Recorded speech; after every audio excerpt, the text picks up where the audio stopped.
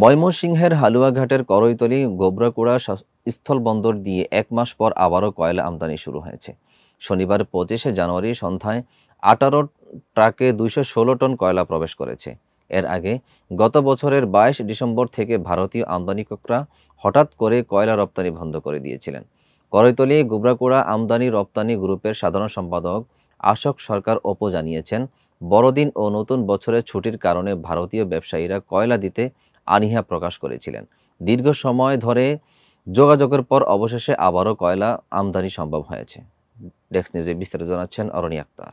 আমদানি রপ্তানি গ্রুপের সাধারণ সম্পাদক অশোক সরকার অপু জানিয়েছে, তিনি উল্লেখ করেছেন, কয়লার সংকট থাকলে শ্রমিকদের কাজ করা সম্ভব হয় না এবং পুরাতন কয়লা থাকলে ক্রেতারা তা নিতে চায় না। ফলে নতুন আমদানি ছাড়া ব্যবসা চরম ক্ষতির সম্মুখীন হয়। ভারত থেকে প্রতিদিন ৫০ ট্রাকের মাধ্যমে ৬০০ টন কয়লা আমদানি হওয়া উচিত ছিল, তবে সপ্তাহে ৪ দিন কয়লা আসলে ১৬,৮০০ টন কয়লা আমদানি সম্ভব হতো, যা ব্যবসার জন্য সহায়ক হতো। করইতলী গোবরাকুড়া বন্দরের সহকারী পরিচালক পার্থ ঘোষ বলেছেন, কয়লার আমদানি রপ্তানি পুনরায় শুরু হওয়ায় তারা তৎপর রয়েছেন যাতে এ ধরনের কার্যক্রম অব্যাহত থাকে।